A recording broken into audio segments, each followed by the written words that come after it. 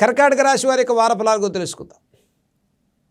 15 ఫిబ్రవరి 2026 ఆదివారం నుంచి 21 ఫిబ్రవరి 2026 శనివారం వరకు కర్కాటక రాశి వారి యొక్క గ్రహగతుల ఆధారంగా వార ఫలాలు మనం చూసుకున్నట్లయితే, ద్వితీయంలో కేతు యొక్క సంచారం, సప్తమ చంద్రకుజులు, అష్టమంలో రవి బుధ రాహు శుక్రుల సంచారం, 9వ ఇంట శనైశ్వరుడు, ద్వాదశలో బృహస్పతి యొక్క సంచారం. మరి కర్కాటక రాశి వారికి ఒకంత అనిశ్చిత వాతావరణంతో కూడుకున్నటువంటి ఫలితాలు ఈ వారంలో గోచరిస్తున్నాయి. అష్టమంలో 4 గ్రహాల యొక్క కూటమి కర్కాటక రాశి వారికి చేసే ప్రతి పనిలో కొంత అనిశ్చిత, ఆలస్యం, ఒత్తిడి భారం, ఆర్థిక నష్టాలు కలగకుండా శ్రద్ధ తీసుకోవడం చెప్పదగ్గ సూచన.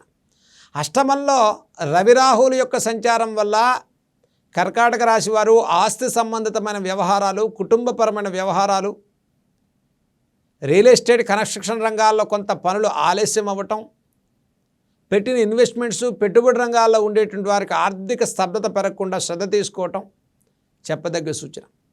మరి అష్టమంలో 4 గ్రహాల యొక్క కూటమి కర్కాటక రాశి వారికి అన్నింటా కొంత ఇబ్బందులు గురి కాకుండా జాగ్రత్తలు పాటించడం చెప్పదగ్గ సూచన. కాబట్టి ఈ రాశి వారికి ముఖ్యంగా సప్తమంలో చంద్రకుజులు, అష్టమంలో రవి బుధ శుక్ర రాహుల యొక్క సంచారం ఉండటం, రాబోయేటువంటి రోజుల్లో కూడా ఈ చతుర్థ గ్రహ కూటమి నుంచి పంచగ్రహ కూటమిలోకి వచ్చే కర్కాటక రాశి వారు కాస్త దైవిక బలంతో ముందుకెళ్ళడం చెప్పదగ్గ సూచన.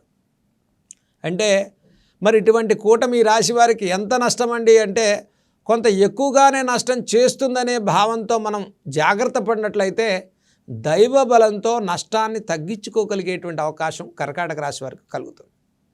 కాబట్టి ఈ రాశి వారికి ఆరోగ్యపరంగా, ప్రయాణాల విషయాల్లో, ఇన్వెస్ట్మెంట్స్ విషయాల్లో, వస్తువాహనాల క్రయ విక్రయాల విషయాల్లో, సుదూర ప్రాంతాలకు ప్రయాణాలు చేసేటువంటి విషయాల్లో, ముఖ్యంగా రిలేషన్షిప్ విషయాల్లో అనవసర ఆందోళన, ఒత్తిడితో కూడుకున్నటువంటి భయాలు పెంచుకోవటం, ఓవర్ థింకింగ్ వల్ల వచ్చే సమస్యలు కర్కాటక రాశి వారు జాగ్రత్తలు పాటించడం చెప్పదగ్గ సూచన.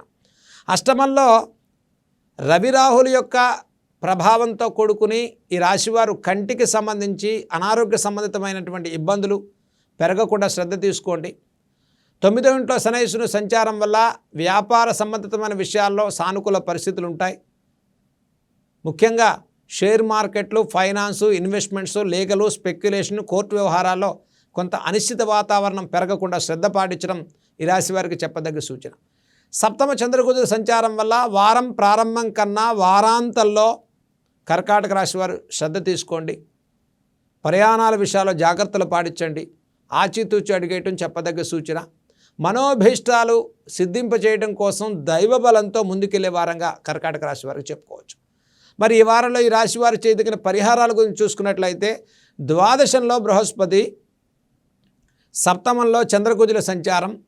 ఈ రాశివారు నేటి రోజు మహాన్యాస రుద్రాభిషేకాన్ని చేసుకోండి.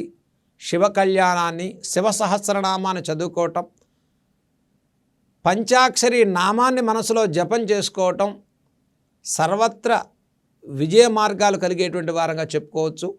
నష్టాలను తగ్గించేటువంటి వారంగా చెప్పుకోవచ్చు. ఆదివారం రోజు ఆదిత్య హృదయాన్ని చదువుకోండి. సోమవారం పరమేశ్వరుడి సన్నిధిలో దీపాన్ని వెలిగించి పంచాక్షరి నామాన్ని జపం చేసుకోండి. అలాగే ఈ వారాంతంలో దుర్గా సప్తశ్లోకి స్తోత్రాలను మీరు చక్కగా ప్రతిరోజు చదువుకుని అమ్మవారి దర్శనాన్ని, అమ్మవారి ఆరాధన చేసుకోవటం కర్కాటక రాశి వారికి నష్టాలు తగ్గి విజయాల బాటలో ముందుకెళ్లే వారంగా చెప్పుకోవచ్చు.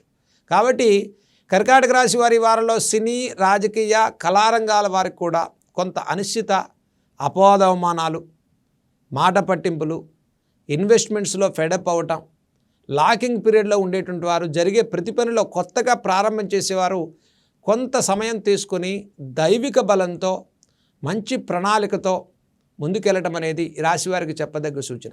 ఈ వారంలో కర్కాటక రాశివారు ఓం శ్రీ శివాయ నమః, ఓం శ్రీ శివాయ నమః అనేటువంటి నామాన్ని మీరు జపం చేయండి. పంచాక్షరి నామంతో సమస్తమైన గ్రహబాధలు తొలగించి చక్కటి విజయ మార్గంతో మానసికంగా, ఆర్థికంగా, ఆరోగ్యంగా శుభప్రదమైన ఫలితాలు సాధించుకుంటారని మనం కోరుకుందాం.